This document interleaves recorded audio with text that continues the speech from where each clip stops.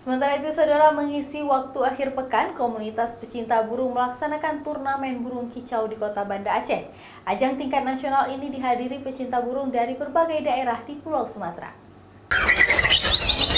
Turnamen kicau burung ini dilaksanakan sebagai ajang silaturahmi sesama komunitas pecinta burung. Turnamen ini dihadiri oleh ratusan peserta dari berbagai daerah di Pulau Sumatera. Adapun kelas yang diperlombakan sebanyak 20 kelas, terbagi dalam 5 kategori.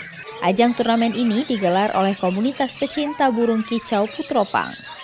Dari 20 kelas yang diperlombakan ada 2 kelas unggulan, yaitu turnamen jenis burung murai batu dan kacer. Jenis burung lainnya yang diperlombakan diantaranya burung lovebird, kenari, konin, camcil, dan jenis burung kicau lainnya. Di sini kita sudah banyak penangkaran, itu yang pertama. Dan mereka sudah resmi didaftarkan sebagai peternak yang sudah masuk dalam daftar di pemerintahan. Jadi mereka sini semua rata-rata burung di sini memakai ring. Nah, bukti dari ring itulah untuk ibaratnya mengetahui bahwasannya itu memang kita ternak.